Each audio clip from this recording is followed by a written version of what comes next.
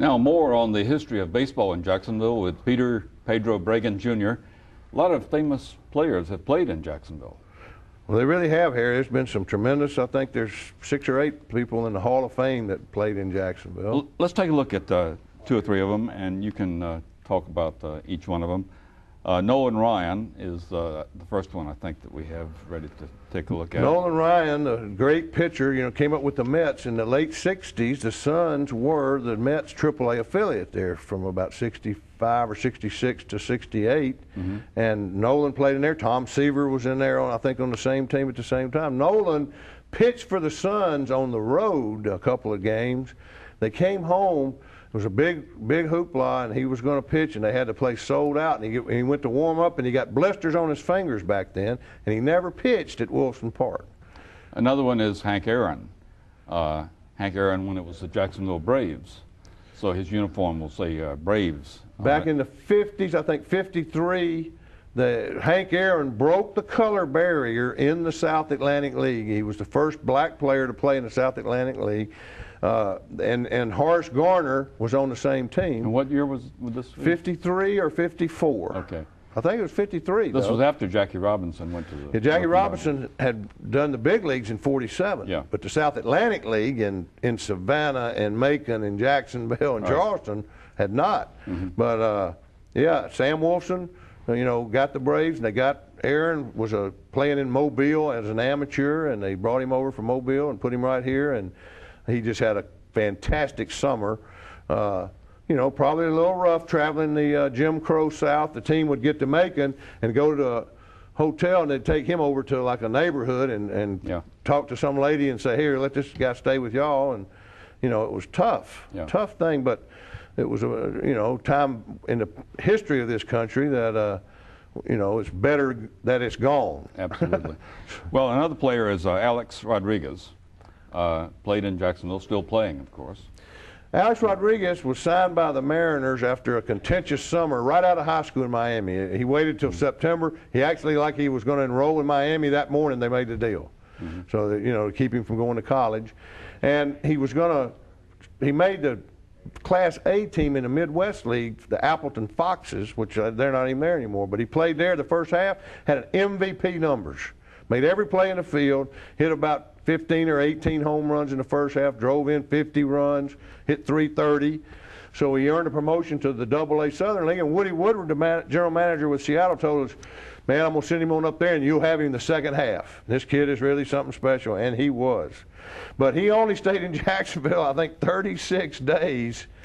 And the Mariners were losing, and Lou Piniella was the big league manager. And he called a press conference and said, we need some help, and we've got some players, you know. I know we got that kid shortstop doing great things down in Jacksonville. We can't get him up here. And, of course, Woody Woodward flew in a few days later and said, guys, I was going to leave him here for the second half, but I've got to go have a talk with my manager, but at the same time, I'm going to take this kid with me. And he flew to Boston, and the next day, Alex Rodriguez made his major league debut. Well, viewers have been, as they view this show, seeing a lot of pictures behind us, which are the Breagan family. And right over my shoulder is 5 Breagans. Tell us a little bit about who are... Well, this is a card. My Uncle Bobby is had the instigator of the Breagan Brothers cards. And it's a series of them, but this is the 5 of clubs. They represent 5 Breagan Brothers and their connections to various ball clubs. Bobby Breagan on the top left there, that's a picture of him when he was playing for the Brooklyn Dodgers. He played in 47-8 or 45-6-7. He was the backup catcher, basically, for Brooklyn during that time.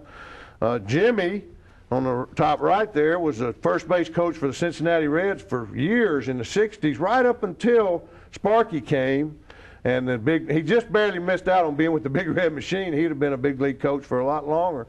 And he was a big league coach later with Montreal and with Dick Williams, and in Milwaukee again. He was a big league coach for probably got 15 or 20 years in. My dad, Peter Breagan Sr., is in the middle there, owner of the Jacksonville Suns. And then my Uncle Frank down here on the bottom left, he played at Mississippi State, and then he signed with the, I don't know if it was the White Sox, I believe. And at that time, they had the Memphis Chicks was their affiliate. He played 2 summers in Memphis, and then ended up going back to Texas A&M, I think, and getting a getting a good business education. He became a big businessman. He is now my rich Uncle Harry. And then my other uncle, Lionel Breagan, there ran the county jail in Birmingham for about 20 years, finally retired a few years back. And he played one summer for the Valdosta Pirates. Now, when I was in high school, he was scouting at that time for the Pittsburgh Pirates. So he kept a relationship going with the Pirates for a long time. But that's 5 of the Breagan boys. There was 7 boys and 2 girls. And he does have another card. It's a 6 of hearts that has my Uncle Walter, who's older than any of these 5. And he only played in the Air Force, but he had a picture of him in a U.S. Air Force hat. And so he made a 6 card of that one. Well, and some of the other pictures are, of course, great pictures of your dad, your mom and dad, and your wedding picture. This is me and my bride, the former Nancy Miller, Dr. Nancy Breagan now, and she's the principal out at Mayport Elementary. Mm-hmm. She was at Hyde Park for a long time, and then they moved her to Mayport last year. And that's us in the church there at St. Andrews, mm-hmm. the day of the wedding, or maybe that will you go back in afterwards and do a picture or something? I'm not sure. I know I look pretty excited there, don't I, Harry? Yeah. And my mother and dad, the president, Mrs. President for years of the Sons, and now they are chairman of the board and madam chairman. Uh-huh. As we have moved Daddy up to chairman of the board, and I have become the president.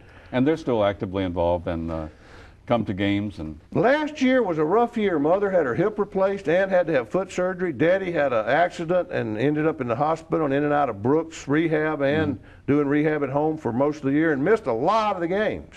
But this year, I would think, all things, being equal and their health staying good, you'll see them at most of the games this year. And, we open up on April the 6th. So some of you viewers, when you're watching this, come on out and see us April 6th. We're home that first whole weekend. This is your 4th year in the baseball grounds? We have finished the 3rd. Yes, sir. This starts the 4th year in the baseball grounds. Open for the 03 season. Doesn't seem possible. Seems like it was last year, doesn't it? Yeah. Yes, sir. But it's a great experience. Last year, you did a program for the Historical Society, kind of a history of baseball in Jacksonville. And then we went next door, courtesy of you, and saw a game, had a hot dog and a Coke, and it was a great experience. Everybody loved it. We have a video of the history of something that the Sons put together as we were closing Wolfson Park to come into the new ballpark. We put that together, and I mean, it's a topic for a whole nother show someday, maybe, Harry. As I looked for pictures on your office wall and in your lobby, one of the pictures that I couldn't resist is this one. Tell us a little bit about this is about 1910, and that's my grandfather and my grandmother, and he built that car at his little garage workshop in Birmingham, Alabama, and drove it up to Tennessee to court my grandmother, who was in a small town where he was from too, up there, Lewisburg, Tennessee. And he eventually married her and brought her to Birmingham, and they had 3 daughters and a son. That's my mother's dad right there, my maternal grandparents. But he was something. He was like a Henry Ford of the time because he built that car. I remember he had his own little trolley line. Mm-hmm. He did well there in the 20s and 30s in Birmingham when, even during the Depression, his little 2-cent trolley was still taking in cash money somewhat. So, we mentioned spring training. That's been suggested off and on as a possibility in the Jacksonville area. Doesn't seem likely to happen. The whole state of Florida is losing and losing. With a couple of teams a few years ago went to Arizona. There's 2 teams right now contemplating offers from Arizona. It's a shame, but Florida used to have about all of them at one time. Mm-hmm. But just in my lifetime, Florida always had 24, and Arizona had 6. Now Arizona's up to about 12. And there's 20 in Florida, or 18 even. So that's a bad trend. It's going the wrong way, but Jacksonville, we may be just a little too far away from all the other ones.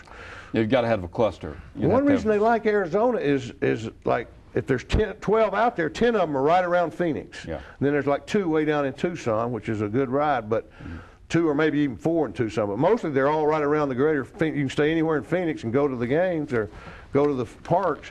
Where in Florida, we're spread out from Fort Myers up to you know, we could be from Jacksonville to Fort Myers would be too much. Now here's another picture that I found.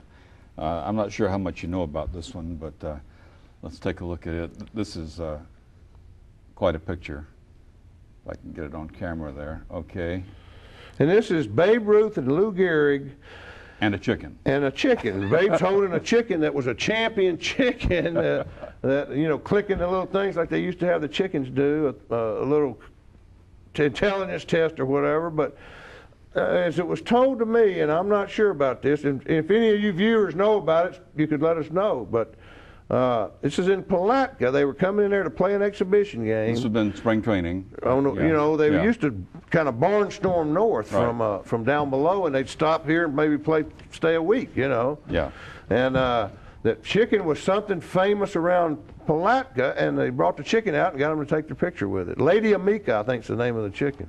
Well, your bio on the website says, I don't work for a living, I'm in baseball. You seem to be having fun. Well, I mean, I get up in the morning, I go to the ballpark, Yeah. you know. Now, sometimes I go in early in the morning, I stay till late at night. So it seems like work, but it's not work when you love what you do. And I mean, it's fun. I like running the ballpark and trying to make sure everything goes good so that people's experience will be positive. Yeah. You know, It's a very nice experience. People should go.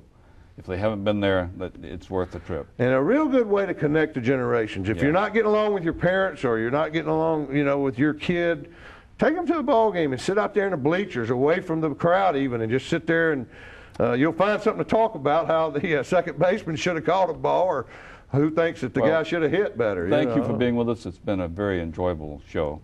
Hope you'll come back. Thank you, Harry. And that's our show for tonight. Thanks for watching. The Jacksonville History Show is here every Wednesday night at 8. For more information, go to Jack's History on your website or call 665-0064. So long, everyone.